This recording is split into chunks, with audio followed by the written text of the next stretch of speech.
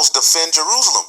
Defending it, he will also deliver it, and passing over it, he will preserve it. This is how you know this is that spiritual Egypt, and this is likened to a second Passover that's getting ready to take place. You see? This is why it says, turn ye unto him, all right, whom the children of Israel have deeply revolted. It's time to turn back to the Lord. Because this judgment is getting ready to be set. That's why there's a mass chariot sightings, man. Okay? Let's see if I can find that scripture. Yep. I believe this is it here. 2 Kings.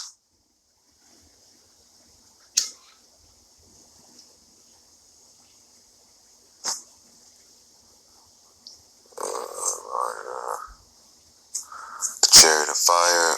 Maybe this is when he was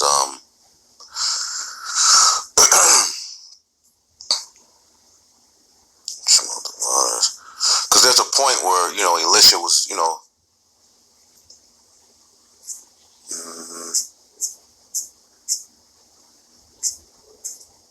there's a point where ultimately, I forget where it is. I don't know how it's worded.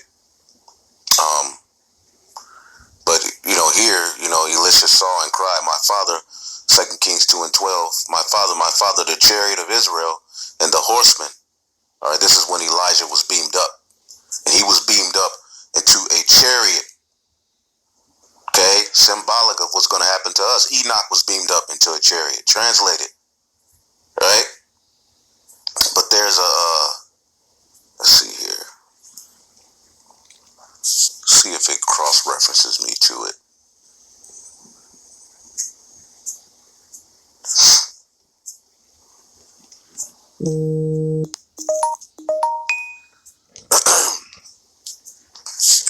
There be more.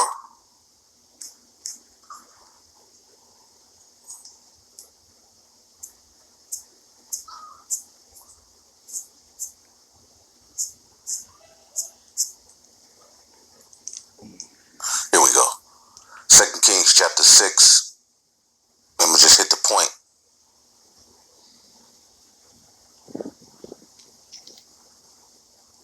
6:16, it says, and he answered, fear not, for they that be with us are more than they that be with them. All right? Elisha told this particular servant, all right, it says, and Elisha prayed and said, Lord, I pray thee open his eyes that he may see. And the Lord opened the eyes of the young man, and he saw, and behold, the mountain was full of horses and chariots, and a fire round about. Okay? And these are the chariots, man. When he looked up, he saw horses and chariots, the power of the Lord, man. But anyway, just to get to the point, Zechariah, the 5th chapter, and we'll end it off. Okay, it says, Zechariah 5 and 1, then I lifted up mine eyes, all right, and looked, and behold, a flying roll. And he said unto me, what seest thou? And I answered, I see a flying roll. The length thereof is 20 cubits, and the breadth thereof 10 cubits. All right, now, I remember hearing a cubit is, you know, from the tip of your finger, if you're holding your hand up, all right, to your elbow. So what he saw, that's how he described it. It says, and he said unto me, this is the curse that goeth forth over the face of the whole earth. For everyone that stilleth shall be cut off, as on this side according to it. Now, how was Babylon the Great gotten? Okay, well, let's go to the book of Habakkuk, the 2nd chapter, really quick. Habakkuk chapter 2 and 12. Woe to him that buildeth a town with blood, and established a city by iniquity. Is not this that great city spoken of in prophecy? Right? So he said, this is the curse. So these chariots are a curse unto these devils. Why do you think that, you know, the bugging out, the billionaires talking about flying out of space? All right?